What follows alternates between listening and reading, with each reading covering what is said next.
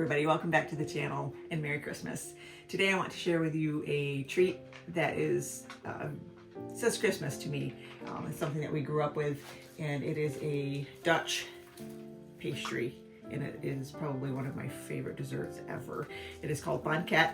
The Dutch word is a whole lot longer, and I'm not going to try and say it, but it's basically an almond log, and it's kind of an art form to learn how to make it. And I've not seen any other a whole lot of videos out there on how to make it, and I was fortunate enough to learn from a professional almost. So somebody that made a lot of these. And when it comes to Banket, it's like almost like a Dutch Christmas card.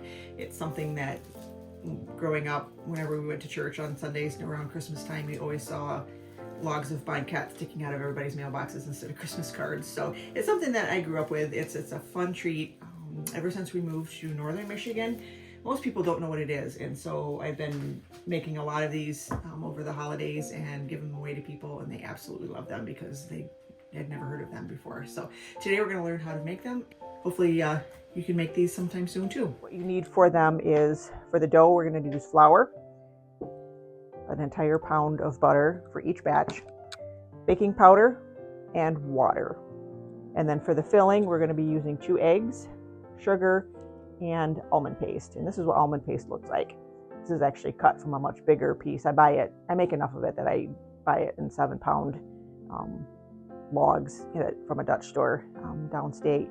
And it's kind of like almost like a fudge consistency, and it smells amazing. It smells like almond essence. And it's basically, the ingredients to almond paste are blanched almonds, egg whites, powdered sugar, and almond essence. So it's all kind of formed together into like a fudge of almond, and that's going to be the base of our filling. And you need 14 ounces of that. So when I buy a 7-pound log of it, I can divide that up into 8 batches. And I usually make at least that many batches every year. And one batch makes 8 sticks. So in a given year, I usually make about 64 sticks of this. So once you learn how to make it, it can be pretty quick to make it. You want to make your filling ingredients and your dough the day before and leave it in the refrigerator or a nice, really cold spot. It just seems to roll out a lot better, and it's just easier to make if you've done it the day before. And the filling sets up just a little bit. We do have some of them made that we're going to work on today when we make our bankets, when we roll them out. However, I'm going to start from the beginning and make a batch as well that I will do later and show you how the process starts from the beginning. Okay, we're going to use a food processor today because it makes a really quick work of the dough. However, if you don't have a food processor, or if you live off grid and you just don't have the inverter power to run a food processor, you can also use a pastry blender. It takes a little bit longer, but it is doable. So we're going to use the blade attachment. So I have my blade in there. So just general all-purpose flour. And you want to fluff it up, level it off, and we're going to put 2 cups in our food processor. This is the 1/3, so that's 1 cup.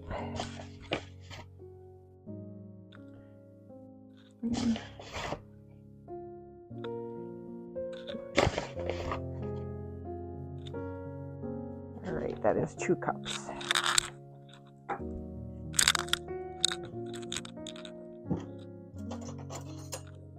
Next thing we're going to do, and you want to make sure your butter is cold, because we're going to use all 4 sticks of this. There's no lack of butter in this recipe.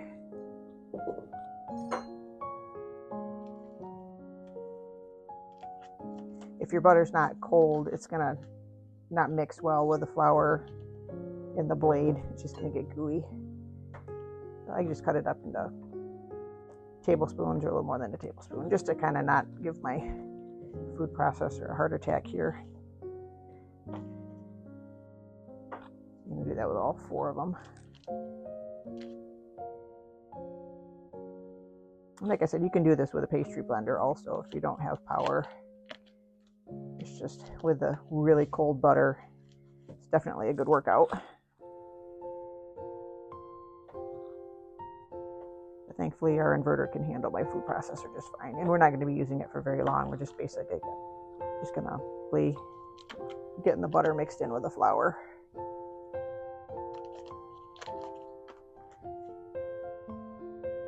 I go through so much butter this time of year.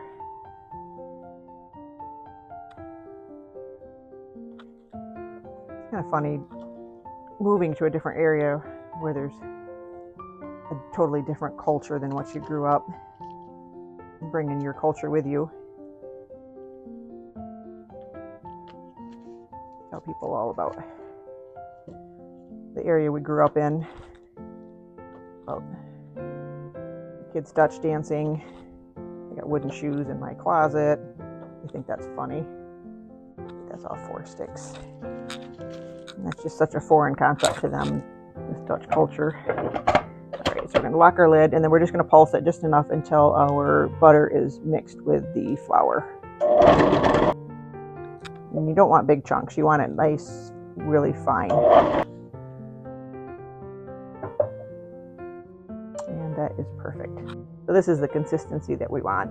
You can barely tell that there's any butter in there, but it's really fine. We're going to transfer that to our bowl. Okay, so now we are going to carefully dump this in our bowl. And we're done with the food processor. It's just a really fine mixture right now.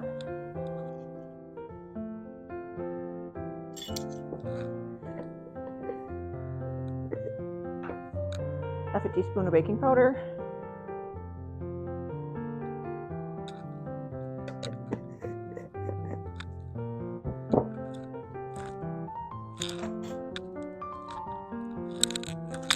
Mix that in really well. And there's no sugar in this crust, it's just butter, flour, baking powder, and water. Mix that baking powder in really well.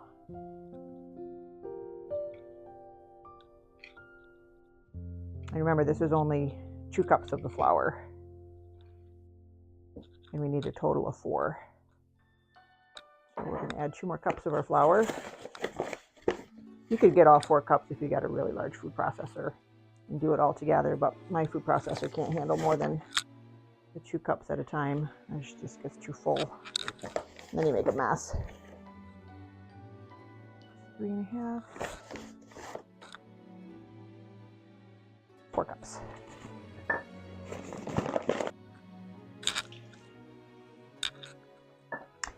This is a Danish whisk. It's for really stiff doughs. It's for bread doughs and that kind of stuff. And I love it for this. So we're going to mix the rest of our flour in with our flour and butter mixture. I'm letting the water run so it gets nice and cold. So that's 4 cups of flour, 1 pound of butter, half a teaspoon of baking powder, and now we're going to add 1 cup of cold water.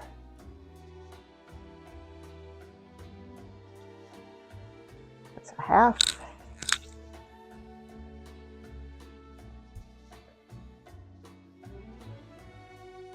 And 1 cup. And then we're going to mix it just until it's combined.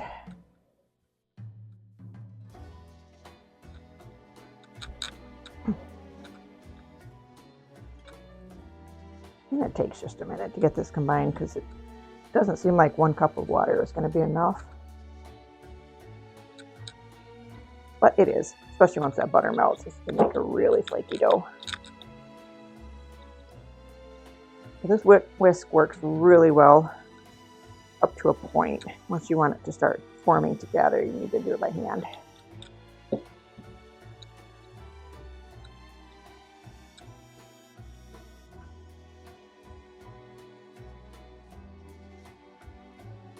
So growing up in the Dutch culture and sharing that with all of our new friends that are not Dutch, tell them all sorts of stories.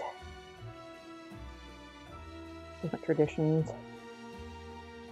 It's just really fun. Tulip Time Festival.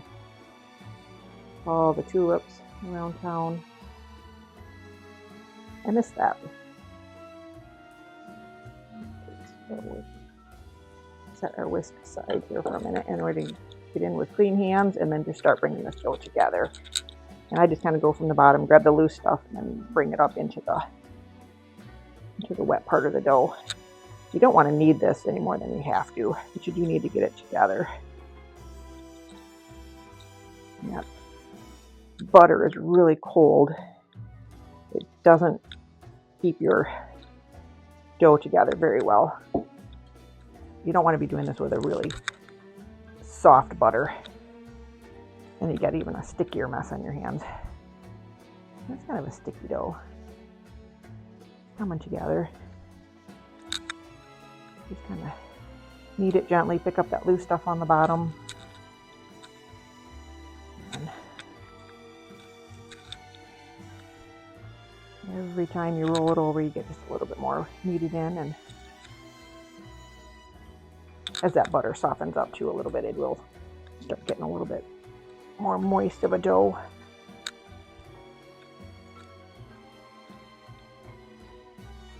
So I'll set this one aside and work on this one tomorrow, and then I'll roll out the other ones that we have for today. I made those actually 2 days ago. You can make all your dough and your filling a couple days, couple weeks ahead of time and just throw it in the freezer. Just have to take it out long enough to let it thaw. Now we have this very, very thick dough. My butter's all mixed in.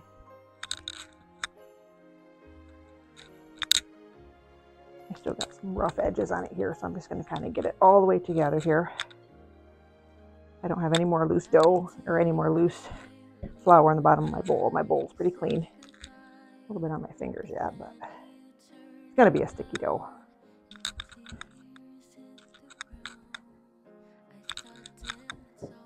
And we have a nice ball of dough. And once it's together like that, I was taught to just put it in a cheap bread pan. We're going to set our bowl aside there a minute. And you're going to take it and get it all evenly down like you're getting a meatloaf in this pan. Because you want to be able to divide this up into 8 equal pieces. And if it's nice and even all the way across, then it's going to be a whole lot easier to divide this up evenly. And you're going to do the same thing with the filling as well. We'll make that, we'll put it in another bread pan.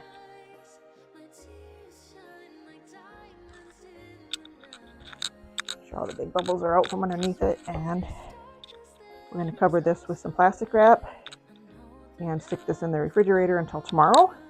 Or if I'm going to wait, I can stick it in the freezer for a couple of days or a couple of weeks. There, that one's ready. Now let's move on to the filling. Okay, so the first thing that we're going to do is crack 2 eggs into our bowl here. And you don't need to have a fancy mixer to do this. You can do this by hand as well. But I have it and I'm going to use it. The 2 eggs. We're just going to beat these real quick just to mix them up.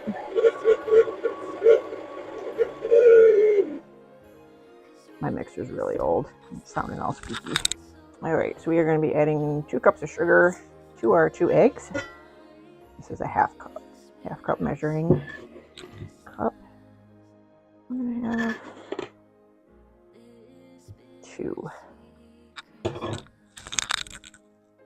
And we are going to mix this until the sugar and the eggs are mixed well. So we're going to take our almond paste. Like I said, it's got like a fudge consistency to it. So we're just going to set it down and cut it up into smaller pieces just to make it easier on the mixer. And this is really cold. I just took it out of the freezer. This stuff freezes really well. You can keep it for a long time. I've bought it 1 year and used this the next year when I didn't use it all up. Just like dice size pieces there. Just enough for the mixer to get it in there really well. Back on our plate here. It smells amazing. It smells like almond essence. I've made this before when we lived in Mexico, and you can't find almond paste in Mexico, even though Mexico is definitely well supplied with almonds. Okay, I'm going to get you guys as close as I can so you can see. I'm just going to take our little almond paste cubes and stick them in. Just a few at a time, just so it can work in. And it does soften up pretty quick once it gets a little bit of liquid to it. Like I said, it's just ground up almonds, basically like an almond flour with egg whites and almond essence and powdered sugar.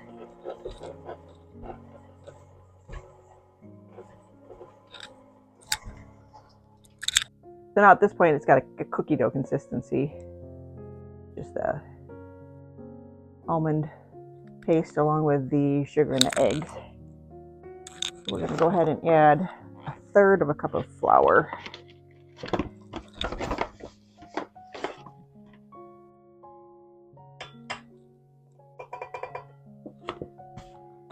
And then mix that just until it's mixed. Just until combined.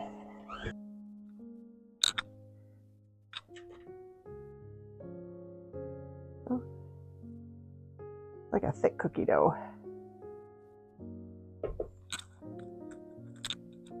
All right, so I don't have another bread pan. I'm going to use a nice rectangular pan, something that I can divide up evenly into 8 pieces. Get all of this out. I'm letting this sit for a few hours or a day too. Lets some of the sugar dissolve a little bit. I use the organic sugar, and so it's a little bit coarser of a sugar, so it's not quite so gritty when you're working with it if you let it sit for a little while. Okay, so there's that. I'm just going to take some plastic wrap because this stuff is really sticky, and we're going to cover it up anyway. Let's put it on top and then use that to push down and get it nice and even in this pan. We can cut it into 8 squares here when I make this batch. I just want to get it nice and even. So you want the same amount of filling in all of your logs. You don't want to be minus any filling.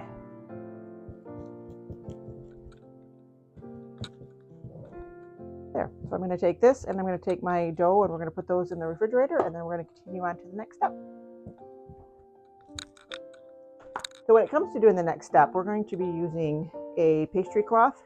I find that it just rolls out the dough so much nicer, and it's just like a really thick cloth, and it's labeled a pastry cloth, and it also comes with a rolling pin cover. I find that you use a whole lot less flour and things roll out really nice, and they don't stick so much when you use these together. So the rolling pin cover just looks like this, and it always comes as a set. So when you order that, you'll get them both, and I love this. I actually have a few of them, but I'm going to use this one today. So, and you do still need to use flour with these. So this is our dough that we made yesterday. We'll take a knife and we're going to cut it into 8 even pieces. And this is why I use old bread pans, just in case you get a little bit of a score on the bottom there. These are just the perfect size to cut into the right, just to make it nice and even.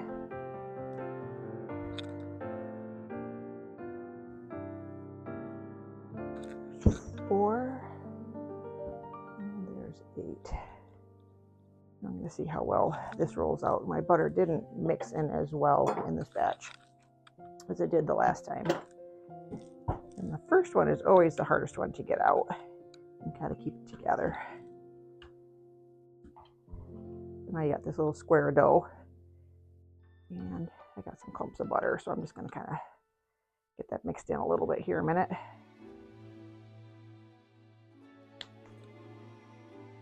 All right, so before we get that going, I'm going to flour my workspace here. You know, I'd be fairly liberal with your flour on this. It does kind of soak in, and then when you're done using this, you don't need to wash these every single time. You just roll them up, put them in a freezer bag, and keep them in your freezer. That way the flour that's on here doesn't go rancid, and then you can continue to use them.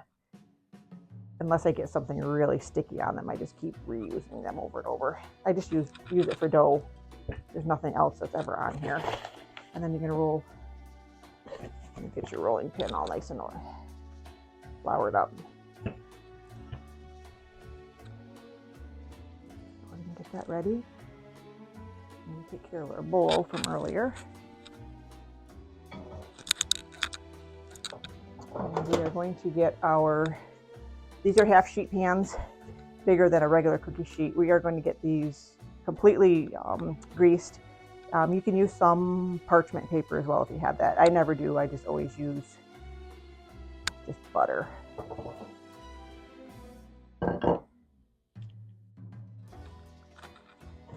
Once we have them rolled out, we're going to just put them right on our pan here. So liberally butter them.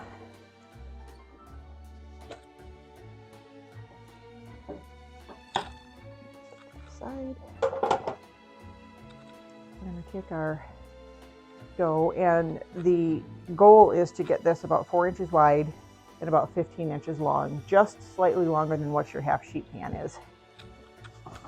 It's just a little bit more flour. Let's go in here.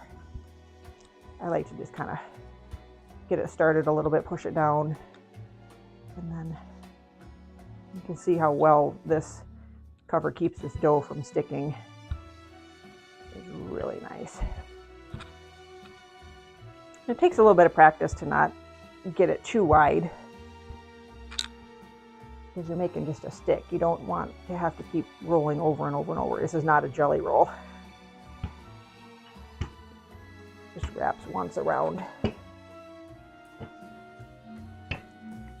Just a little bit wider. And if you got bits of butter in there, that's fine. You're just going to get a really nice flaky dough then. I can see my butter streaks in here.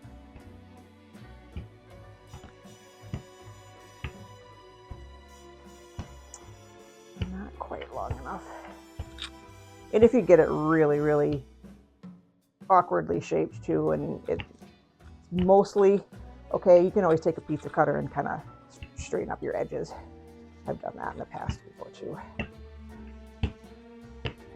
You just want to make sure that you have it pretty. Oh, that's the problem with some of these rolling pins. You tend to grab your cloth and pull it off. All right. So we are pretty consistently about 15, 16 inches long. And you can always take your pan and measure. See, I'm just slightly longer than what my half sheet pan is. I'm going to pull this aside. And this is the beauty of this thing. You can just move it aside when you want to get to your next step. So now our filling is really nice and set. It's a lot stiffer than it was before when the batch that we just made. This has been sitting for about 2 days as well. So we are going to cut this into 8 equal pieces. And this is also a lot softer than the dough. And this is what's going to make your hands sticky, but this is what makes the dessert what it is. All right, 8 even pieces. And scoop it out, and it comes out in a nice little square. So we are going to want a lot more flour. Move my other ones out of the way. This is usually a whole day project for me when I'm making all of it. I like to just get it all done with, because it does take some prep work. And once your kitchen's really messy, then you have a whole space clean, ready to go. It's nice to just get them all done. So with this little piece, I just start rolling it into a cylinder here, just enough to get it started. Make sure that it doesn't fall apart, and then get it on your counter, and make sure you flour it really well. And you're just going to continue rolling it so it's even all the way down until it's just a little bit shorter than what your dough is. And another nice thing about this is you can just move your dough around wherever you need to on your counter, and you don't have to worry about it sticking. So now we're going to pick it up, but it is kind of floppy, and if it's too long, you can always just kind of squish it back together. Just kind of straighten it out into the middle. Grab the bowl of water. You just need a little tiny bit of water. Okay, so when your filling is in the middle, You're going to take your ends and roll them over, kind of like you're making a burrito. And then you're going to take the end that's closest to you and fold it over, and then kind of pull it back a little bit and start tucking it underneath that filling. And so your ends are nice and tucked in. And this is if you wanted to use a pizza cutter. What I mean, it just kind of even out that end right there. So you have a nice straight end underneath. You can just get rid of that little piece. Or if you don't mind extra dough, that's fine too. You're just gonna roll it all up together, and then when you have a little bit left, take a little bit of water on your finger, get it on the end of it, on the dough here, and then roll that over and then push it down so that you have a nice tight seam on that. And now you can pick up your dough, and we're going to set it right on our pan. So with the half sheet pan, I could have made it just a little bit longer because they're not going to expand that much. You can get 4 on each pan. So I always start with 1 on one end, 1 on the other, and then put 2 evenly in the middle. So you're going to get 8 bankets out of every batch that you make. So 8 sticks. So I'm going to do another couple more of them with you, and then we will get these in the oven. I already have the oven on. And the wood stove is going pretty warm in here. Typically, when I bake, I let the fire go out earlier in the morning just because it gets so hot in this tiny little house. We are going to flour this. Kind of get it started in the right direction here. Make it just a little wider.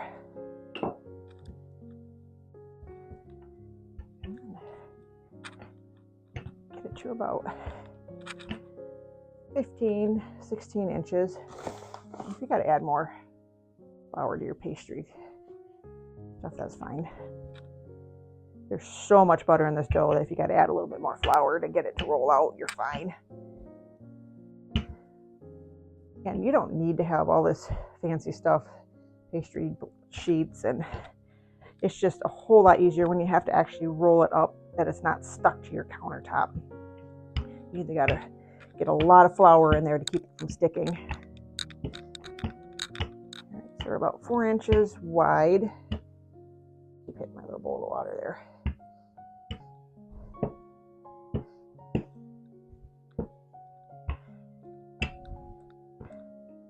Any little imperfections in these, in the corners there, nobody's ever going to notice that. I'm going to set that aside. My flour back out for my filling. And you're just going to continue on this all 8 times.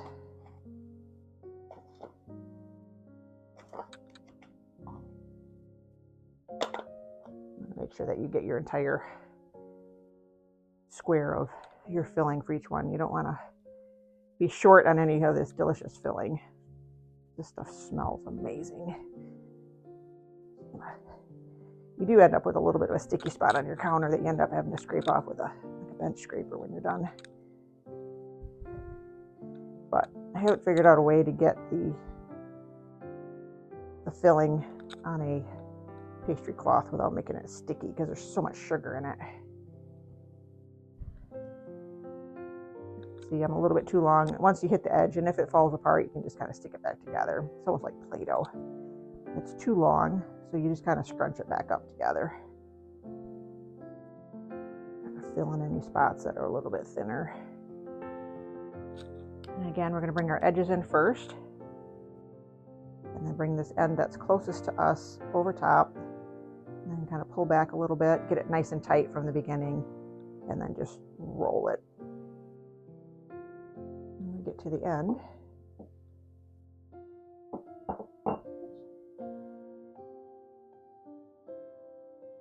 get a little less tip of your bowl here over my little water bowl, and then roll it right over top so your seam is on the bottom. Kind of push it down so it's a little bit flatter, and then we're going to pick it up and put it right on our tray.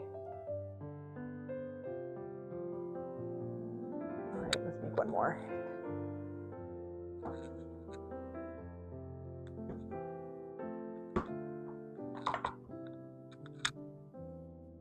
if you have this in the freezer, you're going to have to let it come to room temperature at least a little bit before you try and roll it out. I've tried to use frozen dough before, and it is about next to impossible to get this rolled out when it's that cold.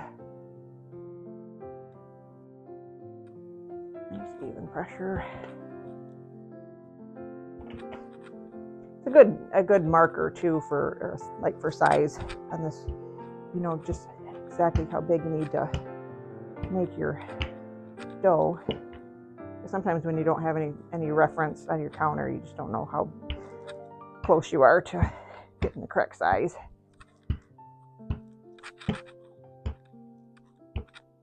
Just keep it really even. These are all going to friends over the next few days.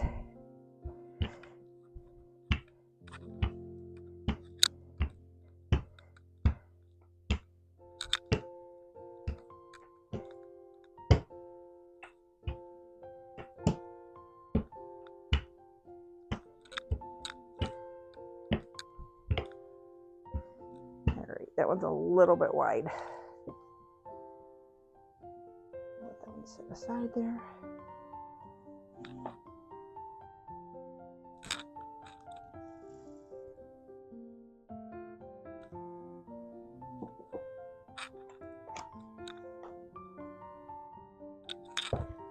Get our filling out.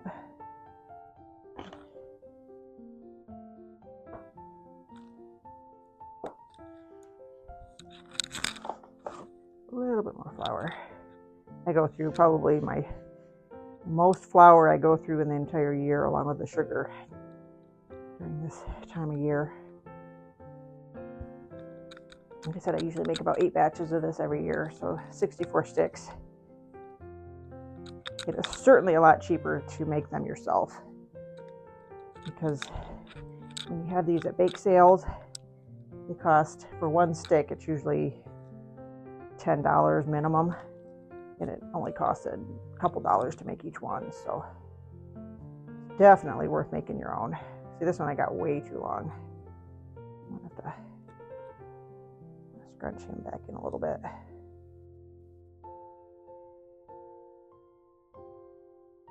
So fold over our ends. I'm gonna trim this a little bit. I got this one just a little bit wide. I'm more of a filling person than the crust kind of person. A little bit more even. Pick up your end, tuck it right up close to your filling, and then kind of pull back and get it nice and tight, and then start rolling. And we're gonna get our water here to seal our dough together. And you're going to have a little bit of leakage on your pans. I'm going to show you once they come out of the oven how we fix that, just to make them look really nice.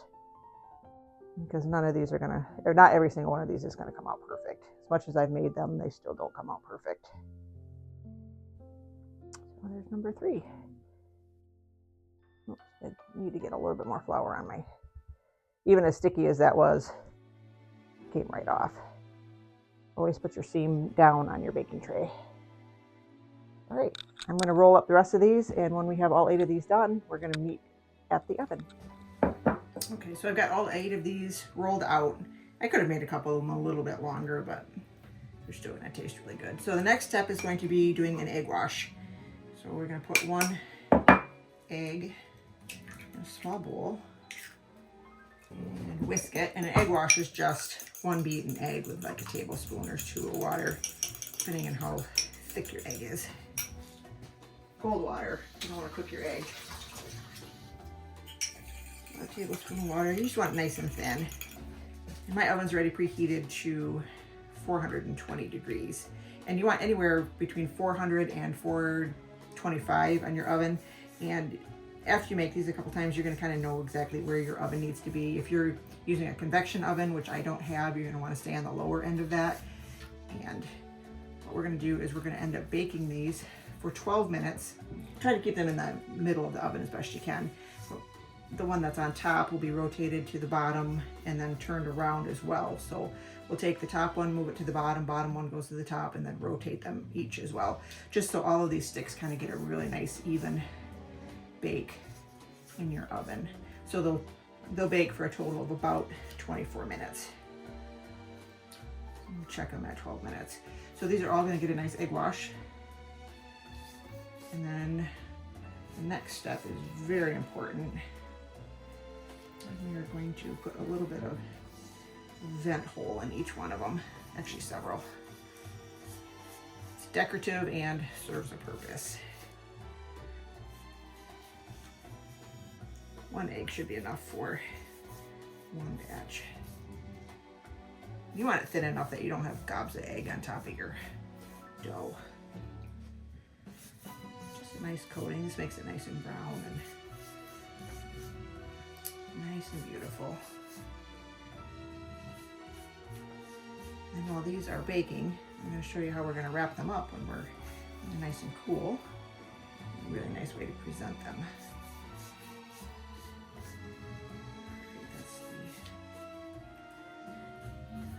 Last one. So we are going to take a fork and we're just going to go along and like every inch or two just make just a real light, just until you hit the filling. Like I said, this is going to give it a little bit of venting so that all the filling doesn't kind of explode out of your dough. After all that rolling and all that hard work, you don't want to lose all your filling. And so we're just going to go along. I'm probably doing every inch, inch and a half actually. So you're going to do that with all 8 of them. And you can do this before you egg wash if you want. I always do it after. I have forgotten it on occasion. It's not devastating, but it definitely did not turn out like it normally does. So let's get these in the oven.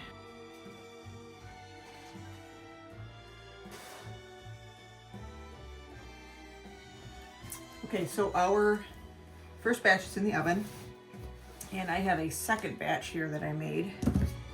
So we're gonna work on rolling these out, and I'm just gonna lay them on the counter, just make sure that they don't stick on the counter. So if you need to flour the counter just a little bit to keep them from sticking. And then that way, once those are off of my pans, once those are cool, I can get those off and then have the next ones ready to go in. First, how we're gonna wrap these. So each of these is wrapped on a piece of cardboard, and that's about 2 inches wide, and this one's just a little bit long. You can trim these up once you get them cut, but this is just wrapped in tin foil. It's just a cardboard box. Dan will we'll get a big box in about this time of year, and he'll run it through his table saw for me, and it makes nice even cuts. It beats trying to cut it, because you don't want your cardboard to be broken. So if you're trying to cut it with something, you can score it and then it just gets floppy. You want a nice stiff piece of cardboard, and like I said, it's about 2 inches long, and you can just trim it to where you need it to. So wrap this in tin foil, and then what we're going to do is just lay when it's cool, you're gonna lay the banquette on top of your tin foil wrapped piece of cardboard, and then just put saran wrap or some sort of plastic wrap around it. Kind of twist up your ends, and then go underneath and just tape them on the bottom. And then you put on a nice Christmas bow, and you have a beautiful Christmas gift, and people absolutely love this. I cannot show up to my family Christmas without a few of these for my dad. This is his favorite. So, and I'm the only one that makes it for him. I'm the only one that makes it in my family. So definitely something that I want to keep going, and my daughter does know how to make it. She's just been really busy lately with getting done with college and stuff. So one of these days I'll get her back here and helping me make this again. So we're going to continue on making our next batch and getting those ready to go, and then get that next batch into the oven. So if you find that your filling is just falling apart too much when you're rolling it out, put it back in the fridge for a little while. When it's cold, it definitely rolls out a lot nicer. Like I said, if it breaks, just kind of pinch it back together. It's soft enough. That'll work just fine, and it'll still taste the same. But if it's bugging you because it's falling apart and it's getting sticky, put it back in the fridge, or toss it in the freezer for a couple minutes and get it nice and cold.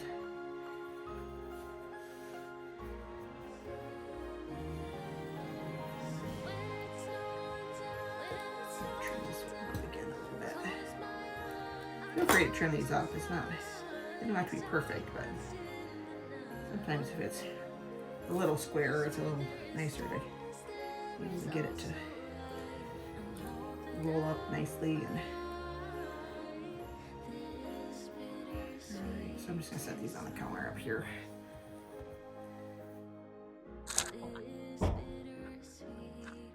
There's one batch.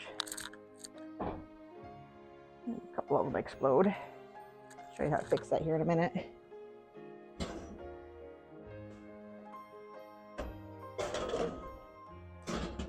The other one's not real brown yet, so I'm going to leave that. Get you guys closer here and show you how to clean these guys up.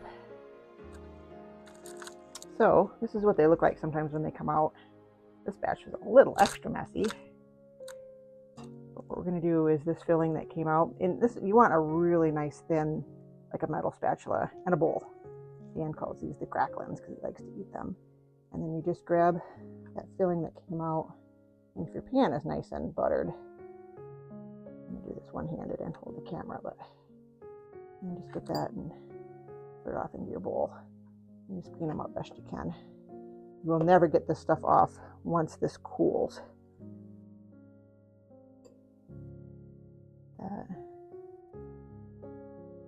This one had a little thin spot on the pastry. And if you have one that breaks or just looks really bad, you just bring that one already pre-cut, and then just nobody will notice. Like this guy will probably just get cut up and brought already cut, and you just kind of get a little bit of filling off. See how much nicer they look, and then just kind of push them back together if they've gotten a little bit deformed. They will kind of reshape a little bit when they cool off.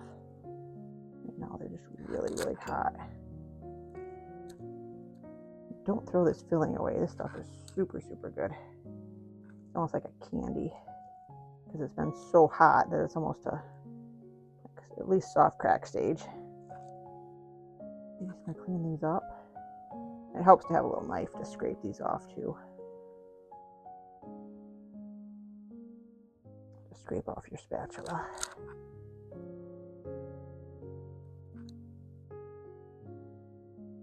And we're going to leave these on our baking sheet until they're at least a little bit cooled, because they are really soft right now. And if they're really soft, you're not going to get them off in one piece. Especially this guy. I'm not sure what happened with that one. All right, so we're going to move these guys to the cooling rack and let them cool for a little bit, and then we'll get these off of this tray onto the cooling rack, and then we can wrap them up.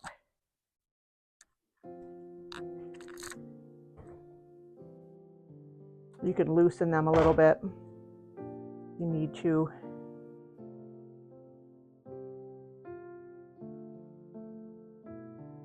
I just usually wait until they're a little bit cooler. Let them sit there for a little bit. And this one's even worse. I think part of the problem is I'm making these for the first time with my new oven. And you really got to kind of know your oven to make these.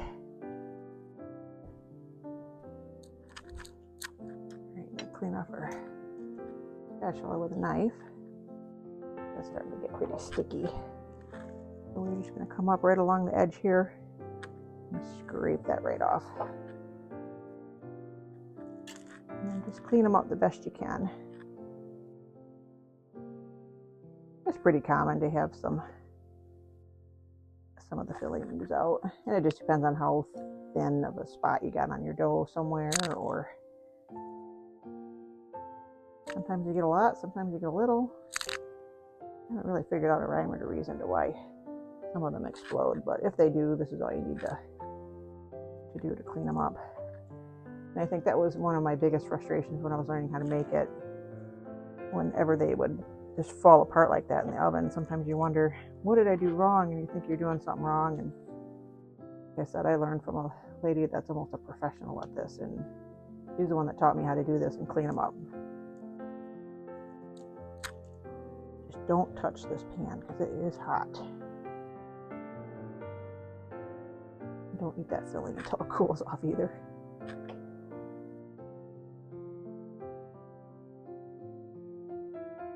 Oh, this thing smells so good. So you can clean that up a little bit better.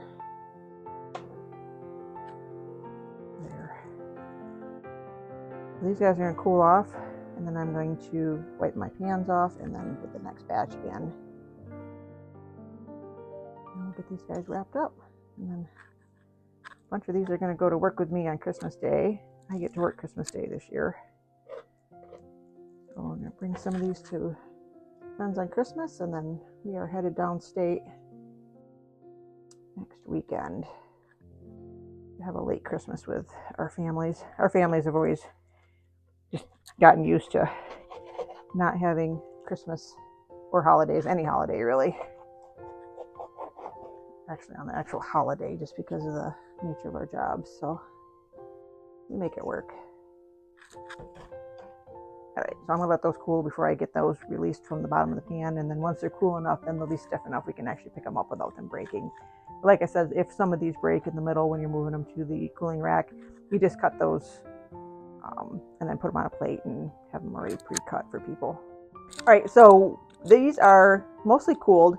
Like I said, you can either wrap them up like this with the cardboard, the tinfoil covered cardboard and some saran wrap, put a bow on them, and you got a really nice package there.